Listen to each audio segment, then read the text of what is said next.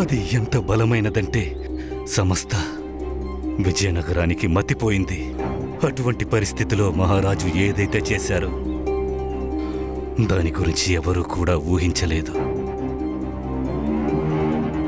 ఏం చేశారు మహారాజు గారు?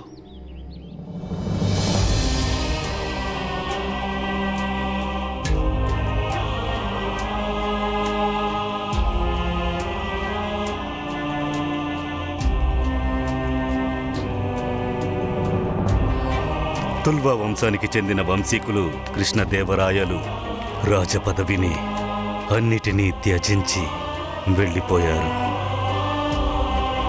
వారి జీవిత భాగస్వాములైన వారి రాణులు వారితో వెళ్ళిపోయారు.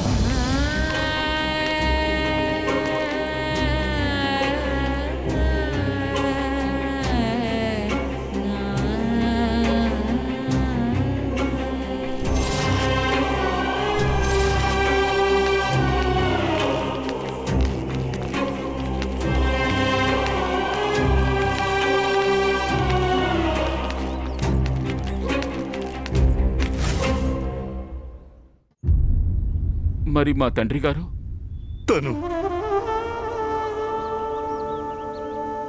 తను ప్రతి పరీక్షలో మహారాజుకి నీడలాగా ఉండేవాడు.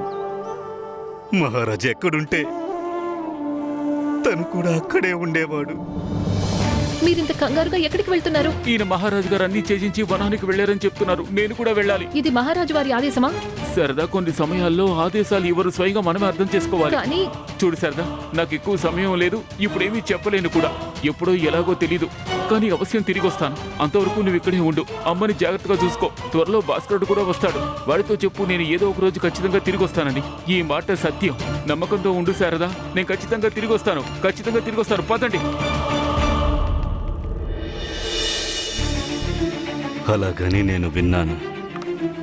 ఆ తర్వాత ఘటనాక్రమం ఎంత వేగంగా మారిందంటే మహారాజు తన ఉత్తరాధికారిగా ఎవరిని ఘోషించలేకపోయారు.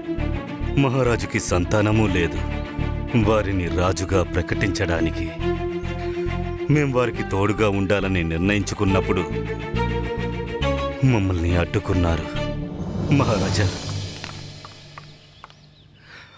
మహారాజా, నేను కూడా మీతో పాటు వస్తాను. వద్దు గురువర్యా, తమరు ఇక్కడే ఉండాలి. మహారాజా, మీరు లేకుండా విజయనగర సామ్రాజ్యం కోసం తమరు ఇక్కడే ఉండాలి.